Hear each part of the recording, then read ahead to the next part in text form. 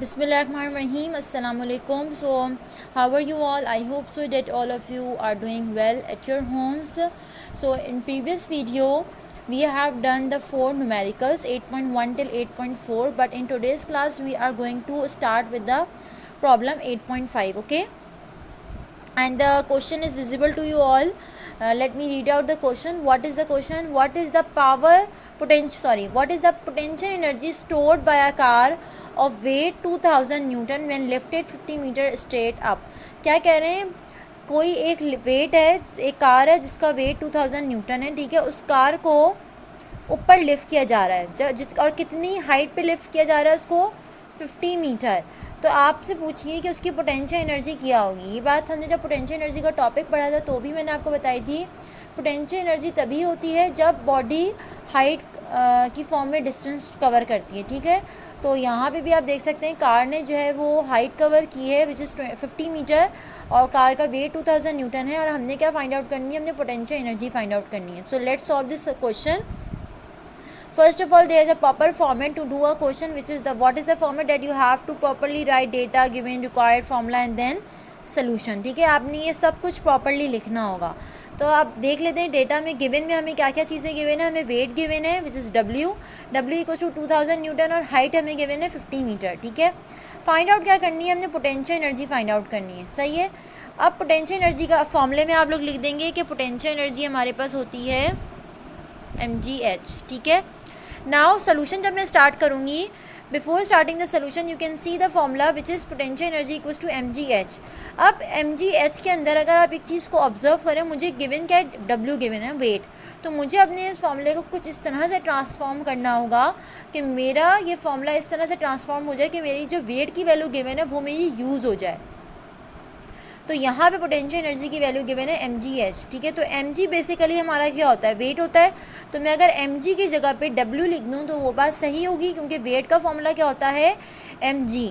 तो मैंने यहाँ पे mg की जगह पे क्या लिख दिया, वेट, और h की जगह पर h ही आ गया, ठीक है। So now this formula is transform in this way that I can use the value of the weight now. अब मैं वेट की वैल्यू को बहुत आराम से यूज़ कर सकती हूँ, ठीक है। तो मैंने potential energy equal to weight multiply by height है। तो वेट की वैल्यू कितनी गिवन है आपको, 2000 newton. You can see over here also. So I have put the value of the weight which is 2000 newton and the value of the height is 50 metre, क्योंकि उसने 50 metre जो है lift किया गया था उसको। तो 50 मीटर उसकी हाइट हो गई। तो जब आप 2000 को 50 से मल्टीप्लाई करेंगे you will get an answer 2 5 10 कर दिया, और कितने ज़ीरो थे यहाँ पे, 3, और यहाँ पे 1, तो यहाँ पे 4 ज़ीरो आ गए, और यहाँ पे 2 5 10 का 1 ज़ीरो और आ गया, ठीक है। Otherwise you can do it from the calculator also. So in this way we have done problem 8.5। I hope so this is all of you have got this problem also. Okay, now we have done problem 8.5. Now we are going to start from 8.6. 8.6 से start कर लेते हैं। Question is a box is pushed 5 meter across a level surface by a horizontal force of 200 Newton. एक box है जो कि एक surface के ऊपर रखा गया है, और उसके ऊपर कितनी फोर्स लग रही है, 200 न्यूटन, ठीक है। जब 200 न्यूटन फोर्स लगी है तो उसने कुछ डिस्टेंस ट्रैवल किया, कुछ डिस्प्लेसमेंट कवर किया है विच इज़ 5 मीटर। तो मैंने क्या कह दिया, displacement equals to 5 metre and the force is 200 newton, ठीक है। How much work is done on the box. तो बॉक्स के ऊपर वर्क डन कितना हुआ है, वर्क डन तभी होता है जब फोर्स लगती है। And you can see over hair कि बॉक्स के ऊपर फोर्स लग रही है, तो उसने कुछ डिस्प्लेसमेंट कवर किया। तो हमें क्या फाइंड आउट करना है, work. Now there is a proper format to do a problem again which is data given required formula and the solution. Data में गिवन के अंदर दो हेडिंग आती हैं, which is given and the required. Given में आपको क्या क्या गिवन है, डिस्प्लेसमेंट गिवन है जितना उसने डिस्टेंस कवर किया which is 5 metre, and the second thing which is given to you is force. Force आपको कितनी गिवन है, 200 न्यूटन, ठीक है। तो these two factors are given to you. Now what you have to find out, you have to find out the weight, sorry work done. आपने work done find out करना है, ठीक है।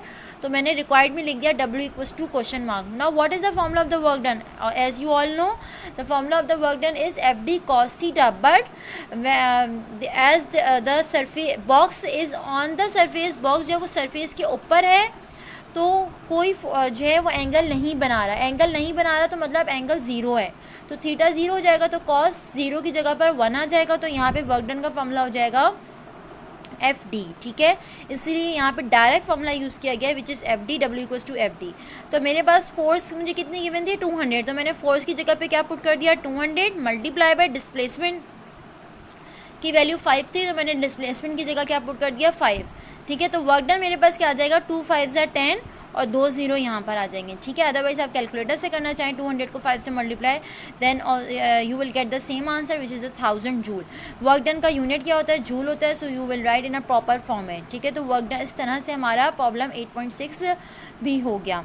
बहुत आसान प्रॉब्लम था। थीटा क्यों ज़ीरो किया, मैं एक बार फिर से रिपीट कर देती हूँ। थीटा हमने इसलिए ज़ीरो किया क्योंकि वो हॉरिजॉन्टली सरफेस के ऊपर था, ठीक है। तो कोई एंगल नहीं बन रहा था, एंगल नहीं बन रहा था इसका मतलब थीटा हमारा ज़ीरो था। जब थीटा ज़ीरो था तो इसका मतलब कॉस ज़ीरो था, और कॉस ज़ीरो किसके बराबर होता है 1 के बराबर होता है, ठीक है। तो कॉस ज़ीरो की जगह पर 1 आ जाएगा, तो हमारे पास फॉर्मूला क्या हो जाएगा W equals to F D, ठीक है। तो आप इस तरह से वर्क डन की वैल्यू आराम से निकाल सकते हैं। Okay, so now we are going to start problem 8.7 and the problem is what is the kinetic energy of 2000 kilogram car travelling at 90 kilometre per hour. आपने काइनेटिक एनर्जी निकालनी है। Car का मास आपको गिवन है which is 2000 kilogram, और car किस velocity के साथ मूव कर रही है वो भी आपको पता है which is 90 kilometre per our. So first of all you will write in the proper format.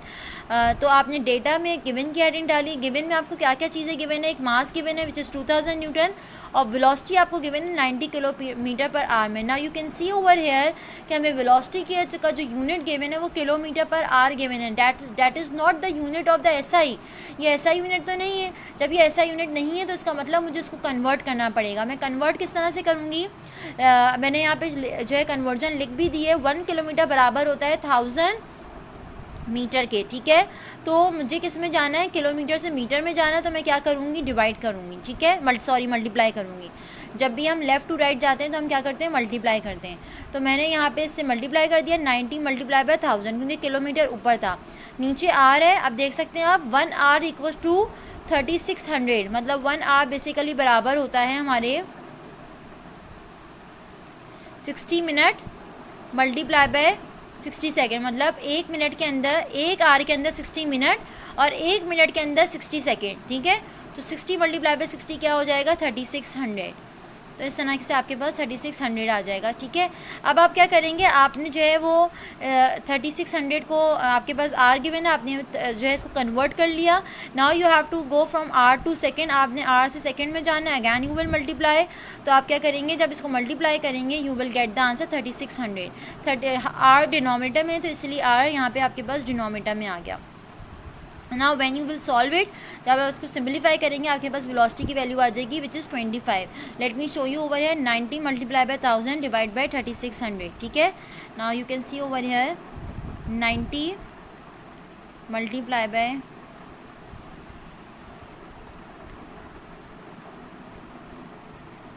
तो हमारे पास वेलोसिटी की वैल्यू क्या आ गई 25 मीटर पर सेकेंड आ गई, ठीक है। तो मैं यहाँ पे पुट कर दूँगी वेलोसिटी की वैल्यू 25 मीटर पर second. And what is the required thing, the required factor is kinetic energy. What is the kinetic energy, kinetic energy निकालनी थी, तो काइनेटिक एनर्जी पे मैंने रिक्वायर्ड लिख दिया। फॉर्मूला मेरे पास क्या होता है कि ऐसा कौन सा फॉर्मूला जिसमें मुझे काइनेटिक एनर्जी निकालनी हो, काइनेटिक एनर्जी का एक ही फॉर्मूला है विच इज़ हाफ mv²। जब आप काइनेटिक एनर्जी का फॉर्मूला यूज़ करेंगे, मास का फैक्टर भी आपको पता है और आपको वेलोसिटी भी पता है, ठीक है।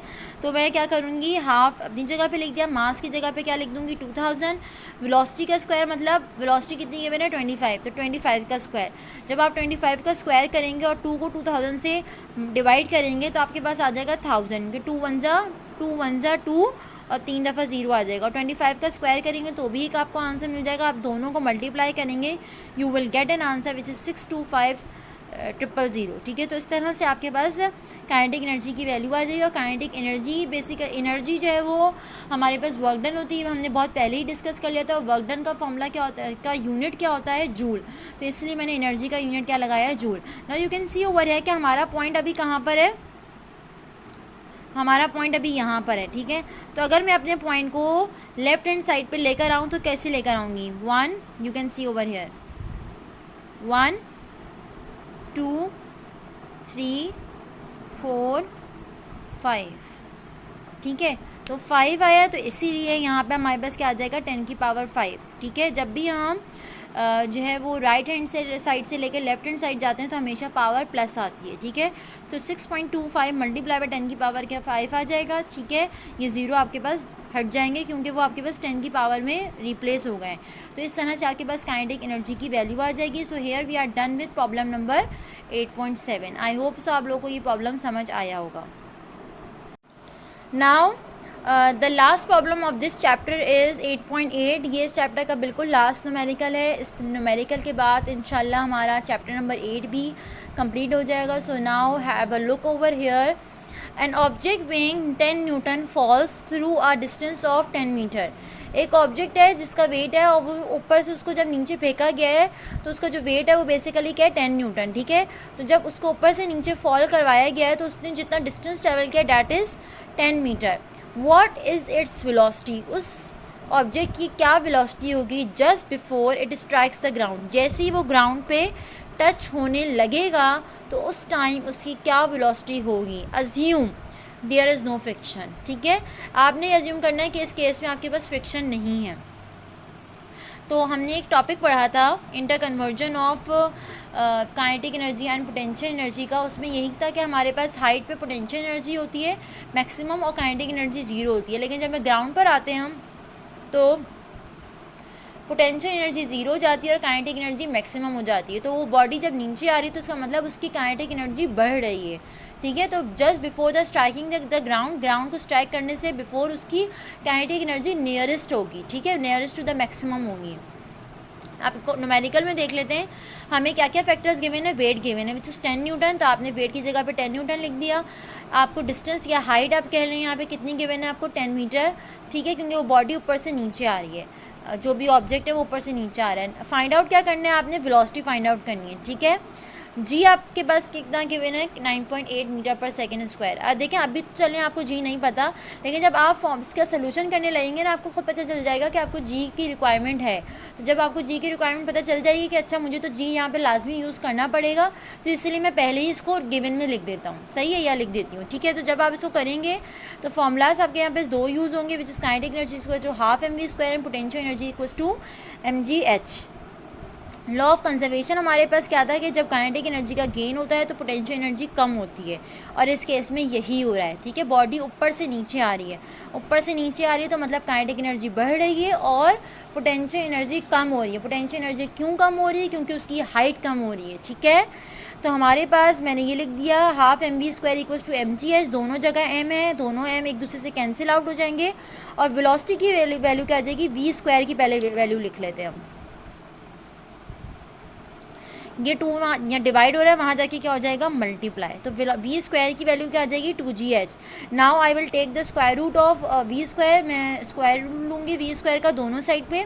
When I will take the square root on the left hand side so it will be cancel out, square radical के साथ कैंसिल आउट हो जाएगा और मेरे पास सिंपली क्या आ जाएगा v, और राइट हैंड साइड पे मेरे पास क्या आ जाएगा रेडिकल 2gh। ना यू कैन सी ओवर है कि आपके यहाँ पे g की वैल्यू आपको ज़रूरत पड़ रही है ना, तो आपने पहले तो g नहीं लिखा था, तो अब आप g जो है डेटा में लिख देंगे गिवन में कि g भी आपको पता है विच इज़ 9.8, ठीक है। तो 2 मल्टीप्लाई बाय 9.8 और हाइट आपको कितनी गिवन है 10, इन सबको मल्टीप्लाई करेंगे तो 196 आएगा। ना यू कैन सी कि 196 किसका परफेक्ट स्क्वायर होता है 14 का, ठीक है। तो 196 हुआ 14 का परफेक्ट स्क्वायर होता है। Let me show you also. 196 का जब आप रेडिकल लेंगे तो क्या आएगा 14, ठीक है। तो वेलोसिटी की वैल्यू आपके पास क्या आ गई 14 मीटर पर second. So in this way you can find out the velocity with which the when जो ये वो वेलोसिटी है जो स्ट्राइक होने से बिल्कुल कुछ टाइम पहले की वेलोसिटी है, ठीक है। So in this case we have assume that there is no friction. Assume किया था कि फ्रिक्शन नहीं है, तभी ये दोनों चीज़ें एक दूसरे के बराबर हो गई, ठीक है। So in this way we have done chapter number 8 also. हमारा चैप्टर नंबर 8 अब फाइंड अप हो गया है। I hope so that this chapter is clear to you all. इसके जितने भी न्यूमेरिकल्स हमने किए हैं वो आप लोगों को समझ आए होंगे। So you all have to take care of your self. अल्लाह हाफिज़।